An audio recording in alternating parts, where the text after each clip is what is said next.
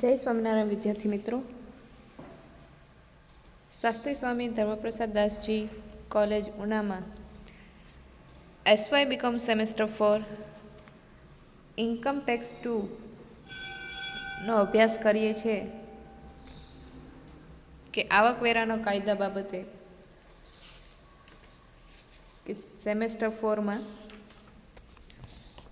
શરૂઆત કરીએ છીએ ત્યારે એનું સિલેબસ જોઈએ આપણે આગળ.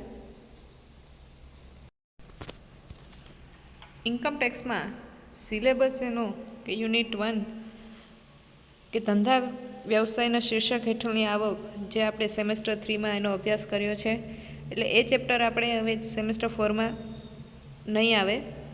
ચેપ્ટર 2 મૂડી નફાના શીર્ષક હેઠળની આવક છે, કે જેમાં એનો પરિચય, મૂડી નફાના શીર્ષક હેઠળની આવક બાબતે કરપાત્ર આવકની ગણતરી કઈ રીતે કરવી એ બાબત શીખવાની છે. ત્રીજું ચેપ્ટર આવે છે અન્ય સાધનોની આવકના શીર્ષક હેઠળની આવક, એટલે કે આગળ આપણે સેમ 3માં પગારની આવક શીખી, મકાન મિલકતની આવક શીખી, ધંધા વ્યવસાયની શીર્ષક હેઠળની આવક શીખી, અને હવે સેમેસ્ટર 4માં આપણે મૂડી નફાના શીર્ષક હેઠળની આવક શીખવાની છે, અન્ય સાધનોના શીર્ષક હેઠળની આવક શીખવાની છે. અને ચોથું ચેપ્ટર છે મૂળ સ્થાનેથી કર કપાત, એટલે કે ટીડીએસનું ચેપ્ટર છે. એમાં ટીડીએસ બાબતે થિયરી છે. એટલે આ રીતે સિલેબસ છે કે જે સેમેસ્ટર 4 માટેનો ઇન્કમ ટેક્સનો સિલેબસ રહેશે.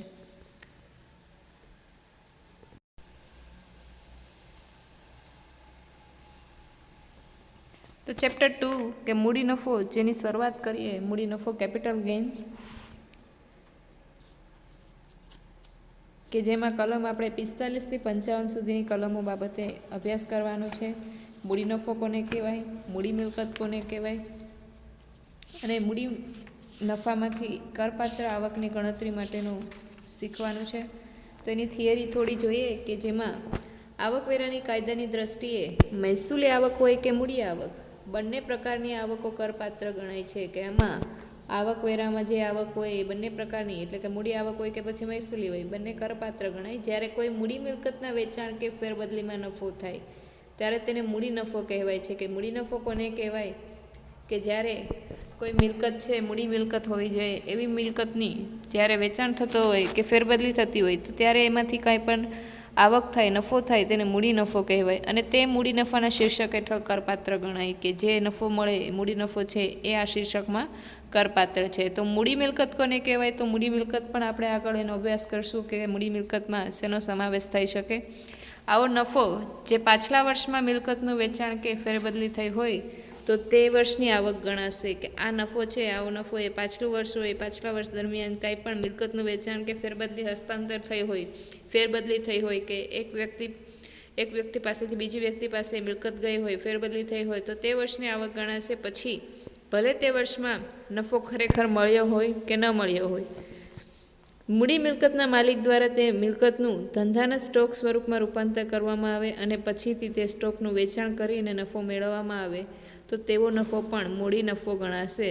કે અહીંયા મૂડી મિલકતના જે માલિક હોય, મૂડી મિલકતના જે માલિક હોય એના દ્વારા એની મિલકત છે, એનું મિલકતને છે ને ધંધામાં સ્ટોક તરીકે રૂપાંતર કરે, અને સ્ટોક તરીકે રૂપાંતર કરી અને પછી એનું વેચાણ કરે, તો એમાંથી પણ જે નફો થાય એ નફો અહીંયા મૂડી નફો ગણવાનો છે. કોઈ શખ્સે પેઢીના નામે કે વ્યક્તિઓના સમૂહના નામે તબદીલ કરેલ મિલકત અને પાઘડીની તબદીલીથી થતો નફો પણ કલમ 45 હેઠળ મૂડી નફામાં આવરી લેવામાં આવે છે. કે એવો કઈ શખ્સ છે, જે પેઢી હોય કે પછી વ્યક્તિનો સમૂહ હોય, એના નામે કોઈ એવી તબદીલ કરેલી મિલકત હોય, એટલે કે હસ્તાંતર ફેરબદલ કરેલી મિલકત હોય, કે પછી ટ્રાન્સફર કરેલી મિલકત હોય, તબદીલ કરી લીધી હોય એવી મિલકત હોય, તો પાઘડીની તબદીલીથી કે એમાંથી કોઈ પણ નફો થાય તો એને પણ અહીંયા કલમ 45 હેઠળ મૂડી નફામાં આવરી લેવાનું રહેશે. મૂડી મિલકતોના નુકસાન કે નાશને પરિણામે પાછલા વર્ષ દરમિયાન વીમાની રકમ મળી હોય તો તેને લીધે થતો નફો પણ મૂડી નફાના શીર્ષક હેઠળ કરપાત્ર ગણાશે. કે જે મૂડી મિલકતો છે એમાં કોઈ નુકસાન થાય તો નુકસાનના વળતર તરીકે વીમો હોય, વીમાની રકમ મળતી હોય પાછલા વર્ષ દરમિયાન, તો એ રકમ પણ અહીંયા મૂડી નફામાં કરપાત્રની આવક ગણાય. મૂડી નફાની કરપાત્રતાની દ્રષ્ટિએ ઉપરની વિગતો તથા અન્ય સંબંધિત જોગવાઈઓ પરથી નીચે આપણે અલગ મુદ્દા તારવવામાં આવ્યા છે. તો એમાં પહેલો મુદ્દો છે કે એસએસસીની માલિકીની કોઈ મૂડી મિલકત અસ્તિત્વ ધરાવતી હોવી જોઈએ. કેવી મિલકતો છે, મૂડી મિલકતનું અસ્તિત્વ હોવું જોઈએ કે જે એસએસસી છે, કરપાત્ર એટલે કે જે કર ભરનાર વ્યક્તિ છે એવો શખ્સ છે જે એસએસસી એની માલિકીની એવી મૂડી મિલકત છે અસ્તિત્વમાં હોવી જોઈએ. આવી મૂડી મિલકતની તબદીલી થઈ હોવી જોઈએ. પછી આવી તબદીલી પાછલા વર્ષ દરમિયાન થયેલી હોવી જોઈએ કે ફેરબદલી કે કંઈ પણ એનું ટ્રાન્સફર કે આવી ફેરબદલીને પરિણામે મૂડી નફો કે ખોટ ઉદ્ભવ્ય હોવો જોઈએ કે એનામાં જે મિલકતોની ફેરબદલી થઈ હોય પાછલા વર્ષ દરમિયાન તે પાછલા વર્ષ દરમિયાન એ મિલકતની ફેરબદલી દરમિયાન એમાંથી નફો કે ખોટ થયેલી હોવી જોઈએ. આવો નફો છે મૂડી નફો કલમ 54, કલમ 54B, 54D, 54EC, 54EE અને 54F, 54G, 54GA કે 54GB હેઠળ કરમુક્ત ન હોવો જોઈએ કે જે કલમો દર્શાવી છે આમાં કલમ 54થી લઈને 54GB સુધીની જે કલમોની વાત કરે છે આવો નફો છે મૂડી નફો એની હેઠળ કરમુક્ત ન હોવો જોઈએ. તો એને મૂડી નફાની આ એક ટૂંકમાં માહિતી હતી. હવે આપણે લઈએ તો મૂડી નફા પછી જે મૂડી મિલકતની વાત થઈ છે એમાં કે જે મૂડી મિલકતના વેચાણ પરથી જે નફો થાય એને મૂડી નફો કહેવાય. તો મૂડી મિલકત કોને કહેવાય? તો મૂડી મિલકતનો અર્થ જોઈએ કે કલમ 2 પેટા કલમ 14 મુજબ મૂડી મિલકત એટલે શું? તો એની અંદર અ અને બ કરીને બે વસ્તુ દર્શાવવામાં આવી છે કે પહેલી છે એની કે કર ભરનાર શખ્સે ધારણ કરેલી બધા પ્રકારની સ્થાવર અને જંગમ મિલકતો પછી ભલે તે ધંધા કે વ્યવસાય સાથે જોડાયેલી ન હોય કે જે કર ભરનાર વ્યક્તિ છે એટલે કે જે એસએસસી છે એના દ્વારા એ શખ્સ દ્વારા ધારણ કરવામાં આવેલી એવી સ્થાવર મિલકતો હોય કે પછી એવી બીજી કોઈ જંગમ મિલકતો હોય કે સ્થાવર મિલકતોનો જ સમાવેશ નહીં પણ એવી બીજી જે મિલકતો હોય કે જે સ્ટોક હોઈ શકે કે કાંઈ પણ એવી મિલકતો ધારણ કરવામાં આવે તો પછી એ ધંધા સાથે જોડાયેલી હોય કે ન હોય તો પણ એ મિલકતને અહીંયા મૂડી મિલકત કહેવામાં આવે છે કે જે કર ભરનાર વ્યક્તિ દ્વારા ધારણ કરવામાં આવેલી હોય. સેબી એક્ટ 1992ની જોગવાઈ મુજબ વિદેશી સંસ્થાકીય રોકાણકારે એટલે કે ફોરેન ઇન્સ્ટિટ્યુશનલ ઇન્વેસ્ટર ધારણ કરેલી જામીનગીરીઓ કે આવી જામીનગીરીઓ ધારણ કરવામાં આવે તો એ જામીનગીરીઓને પણ મૂડી મિલકતમાં સમાવેશ કરાવી શકાય કે જેને મૂડી મિલકત કહી શકાય. તો હવે મૂડી મિલકતનો અર્થ મેળવ્યા પછી એના અપવાદો પણ છે કે એની સામેના અપવાદો કે જેનો સમાવેશ છે એ મૂડી મિલકતમાં થતો નથી. એવું કે એમાં પેલું છે કે ધંધાનો સ્ટોક છે કે કર ભરનાર શખ્સના ધંધા કે વ્યવસાયના હેતુ માટે રાખેલ માલનો સ્ટોક હોય, કાચો માલ હોય કે અન્ય માલ સામગ્રી હોય તો એનો છે મૂડી મિલકતમાં સમાવેશ થતો નથી. પરંતુ એની મૂડી મિલકતમાં કે એવો કોઈ મિલકત છે માલિક દ્વારા ધારણ કરવામાં આવે અને એ મિલકતનું ધંધાના સ્ટોકમાં રૂપાંતર કરે કે સ્ટોકમાં સ્વરૂપમાં રૂપાંતર કરે તો એ સ્ટોકના સ્વરૂપમાં જે રૂપાંતર થયેલી મિલકતનું વેચાણ થાય તો એ મિલકત છે એ મૂડી મિલકત ગણાવી શકાય.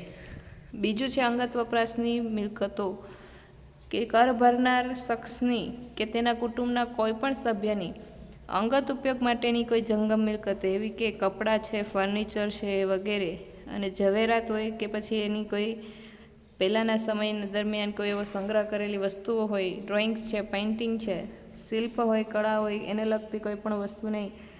અને એ જ રીતે કે કર ભરનાર શખ્સની માલિકીની મોટરગાડી કે અન્ય વાહનો હોય, એસી હોય, રેફ્રિજરેટર હોય કે વગેરે જે માત્ર તેના અંગત ઉપયોગ માટે અથવા તેના કુટુંબના કોઈ આશ્રિત સભ્યોના ઉપયોગ માટે રાખેલો હોય.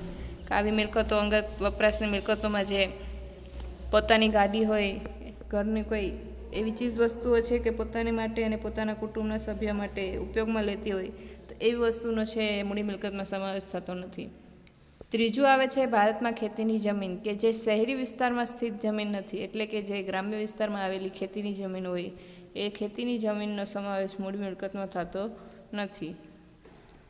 ભારત સરકારના 6.5% ગોલ્ડ બોન્ડ્સ હોય, 7% ગોલ્ડ બોન્ડ્સ હોય કે નેશનલ ડિફેન્સ ગોલ્ડ બોન્ડનો સમાવેશ પણ મૂડી મિલકતમાં નથી થતો. ભારત સરકારના સ્પેશિયલ બેરર બોન્ડ્સ કે પછી ગોલ્ડ ડિપોઝિટ સ્કીમ હોય કે બહાર પાડેલ ગોલ્ડ ડિપોઝિટ બોન્ડ હોય આવા બોન્ડ્સ છે, ડિપોઝિટ સર્ટિફિકેટ છે એનો પણ કે જે સમાવેશ થતો નથી મૂડી મિલકતમાં. હવે આગળ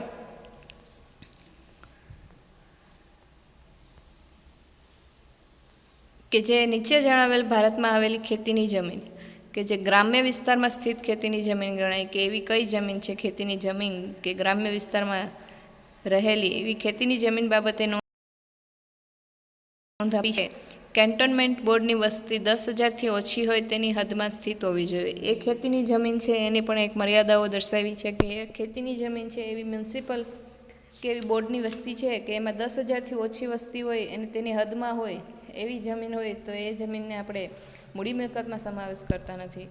નીચે મુજબ વિસ્તારમાં સ્થિત જમીન કે જેની હવાઈ દૂરી 10,000થી વધુ પરંતુ 1,00,000થી વધુ વસ્તી ન હોય તેવી મ્યુનિસિપલ કેન્ટોનમેન્ટ બોર્ડની હદથી 2 કિલોમીટરના ક્ષેત્રમાં સ્થિત હોય અથવા 1,00,000થી વધુ પરંતુ 10,00,000થી વધુ વસ્તી ન હોય તેવી મ્યુનિસિપલ કેન્ટોનમેન્ટ બોર્ડની હદથી 6 કિલોમીટરના અંતરમાં કે એમાં સ્થિત થયેલી જમીન અને 10,00,000થી વધુ હોય એવી મ્યુનિસિપલ બોર્ડની હદથી 8 કિલોમીટરના ક્ષેત્રમાં કે આમાં અહીંયા 3 મુદ્દામાં એને જણાવવામાં આવે છે કે પહેલું છે કે 10,000થી વધુ હોય વસ્તી પરંતુ 1,00,000ને અંદર હોવી જોઈએ એવી વસ્તી ધરાવતો એરિયા હોય કે જે એરિયાથી 2 કિલોમીટર સુધીના અંતર સુધીમાં એની જમીન હોય તો એ જમીનને આપણે ગ્રામ્ય વિસ્તારની ખેતીની જમીન ગણાવી શકાય.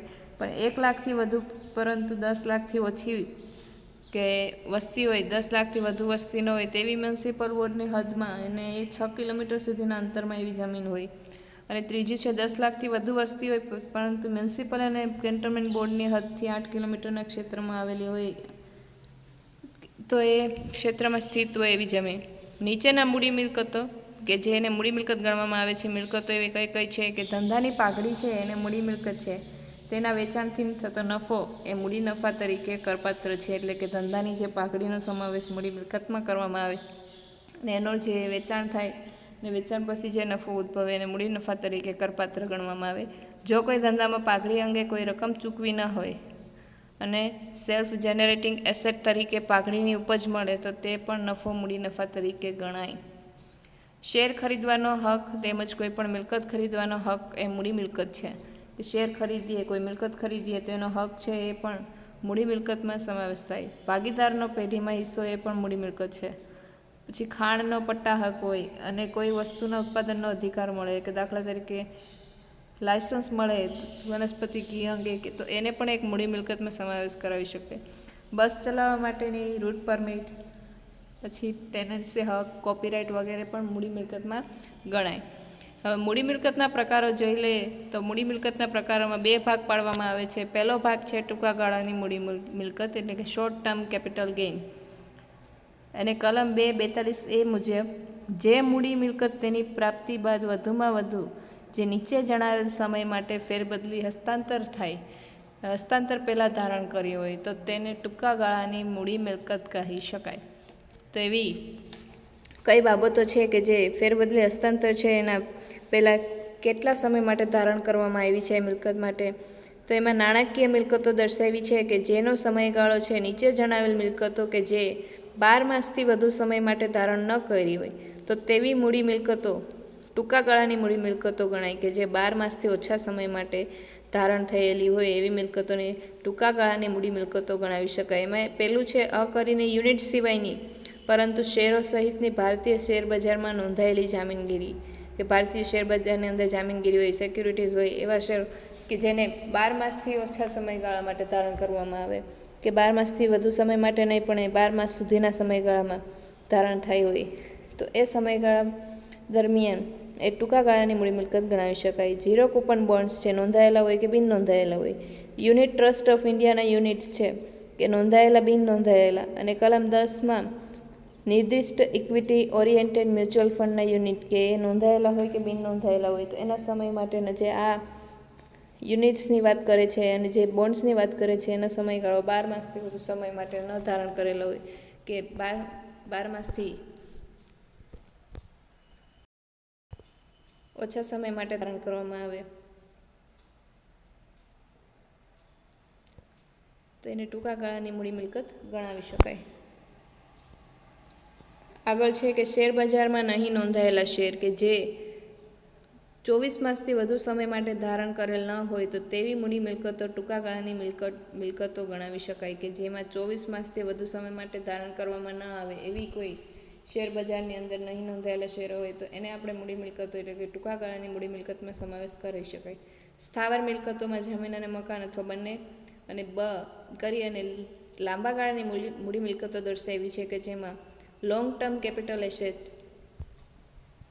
કે જે મૂડી મિલકત તેની પ્રાપ્તિ બાદ ટૂંકા ગાળાની મૂડી મિલકતો માટે વધુમાં વધુ સમયથી પણ વધુ સમય માટે ફેરબદલી પહેલાં ધારણ કરી હોય તો તેને લાંબા ગાળાની મૂડી મિલકત કહેવામાં આવે છે કે જેનો સમયગાળો છે, ધારણ કરવાનો સમયગાળો છે કે જે વધુ હોય, કે જે ટૂંકા ગાળાની મૂડી મિલકતોના સમયગાળા કરતાં વધુ હોય એવી વધુમાં વધુ સમયથી પણ વધુ સમય માટે ફેરબદલી એની જ્યારે હસ્તાંતર થાય એ પહેલાં જ્યારે ધારણ કરવામાં આવે વધુ સમય માટે તો તેવી મિલકતોને લાંબા ગાળાની મૂડી મિલકત કહેવામાં આવે છે. હવે મૂડી મિલકતના પ્રકારને ચાર્ટ સ્વરૂપે દર્શાવ્યા છે કે ટૂંકા ગાળાની મૂડી મિલકત અને લાંબા ગાળાની મૂડી મિલકત. તો ટૂંકા ગાળાની મૂડી મિલકતમાં જે મૂડી મિલકત તેની પ્રાપ્તિ બાદ વધુમાં વધુ 36 માસ સુધીના સમયગાળા દરમિયાન હસ્તાંતર પહેલાં ધારણ કરેલી હોય. મકાન મિલકતો અંગે 24 માસનો સમય છે અને નીચે આપેલા અપવાદો અંગે 12 માસ સુધી કે તેને ટૂંકા ગાળાની મૂડી મિલકત ગણાય. સિવાય કે તેનો નીચે જણાવેલ અપવાદોમાં સમાવેશ થતો હોય કે એના અપવાદો પણ જણાવ્યા છે કે જે ટૂંકા ગાળાની મૂડી મિલકત માટેના અપવાદો છે એમાં 12 માસ સુધીના સમયગાળા માટેની વાત કરે છે.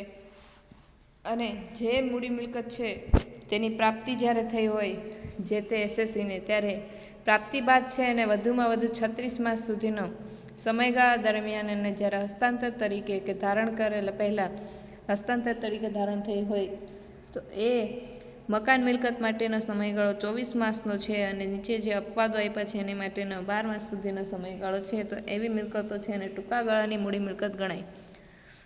લાંબા ગાળાની મૂડી મિલકતમાં કે જે મૂડી મિલકત ટૂંકા ગાળાની મૂડી મિલકત નથી તે મૂડી મિલકત છે લાંબા ગાળાની મૂડી મિલકત ગણાય કે જેનો સમયગાળો છે 36 માસથી વધારે હોય.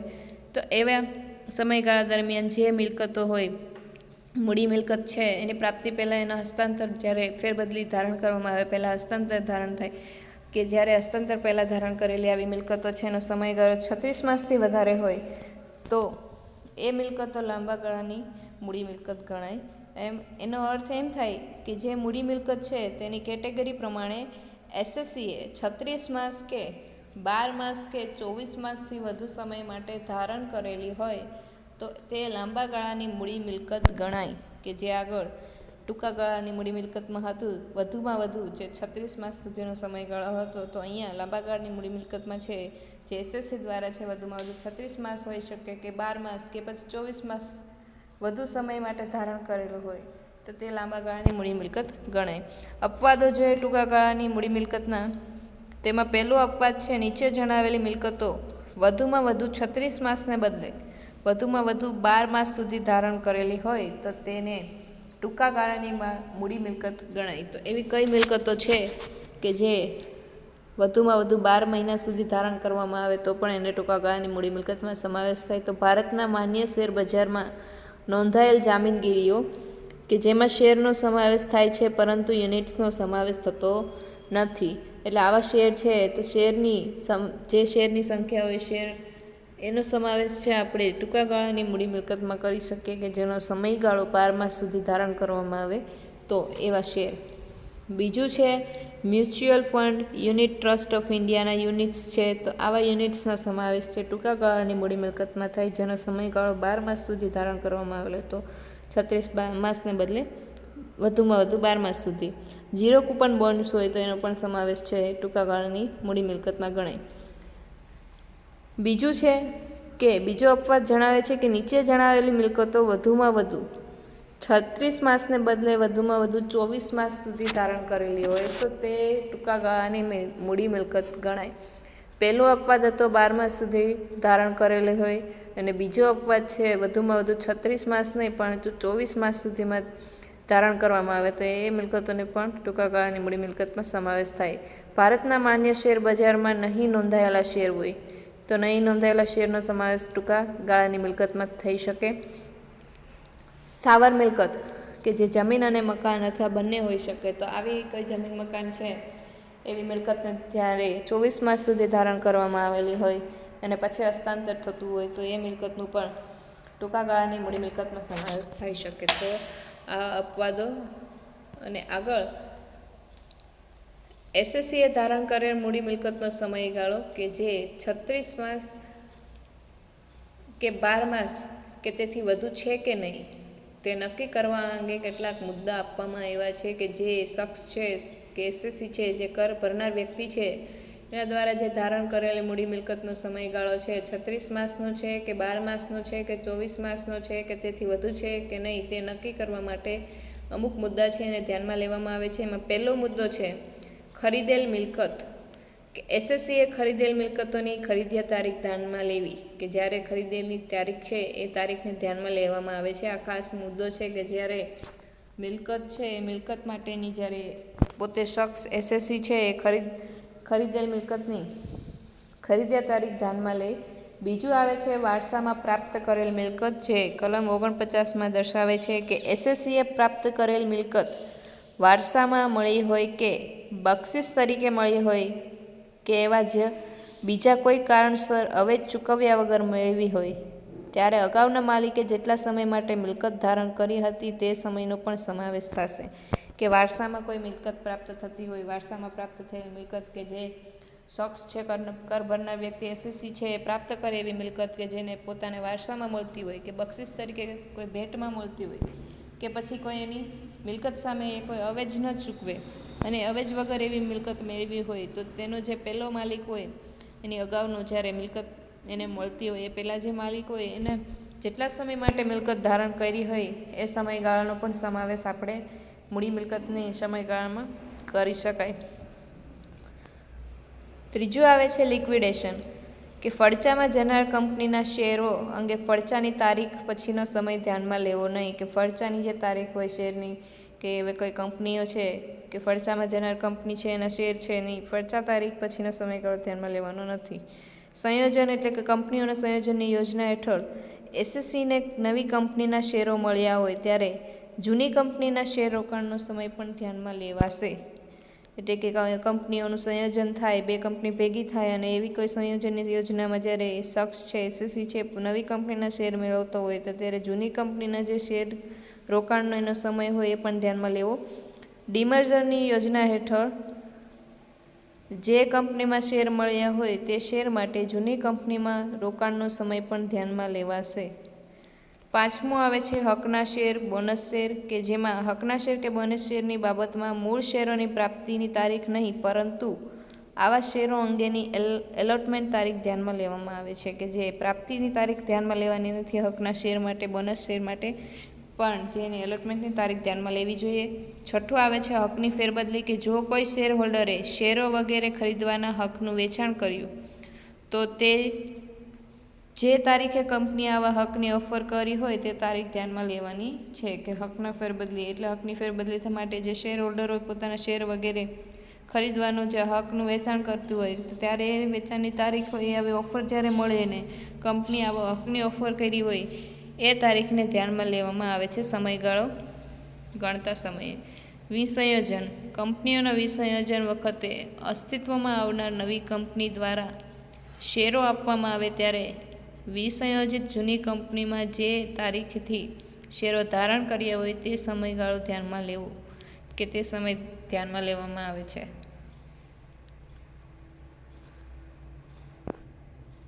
તો આ મૂડી મિલકત, મૂડી નફો કોને કહેવાય, મૂડી મિલકત કોને કહેવાય, લાંબા ગાળાની મૂડી મિલકત કોને કહેવાય, ટૂંકા ગાળાની મૂડી મિલકત કોને કહેવાય, એની થોડી માહિતી મેળવી અને હવે આગળ બીજી માહિતી આવશે કે જેમાં મૂડી નફા અંગે, કેપિટલ ગેઇન અંગે થોડી બાબતો શીખવાની રહેશે.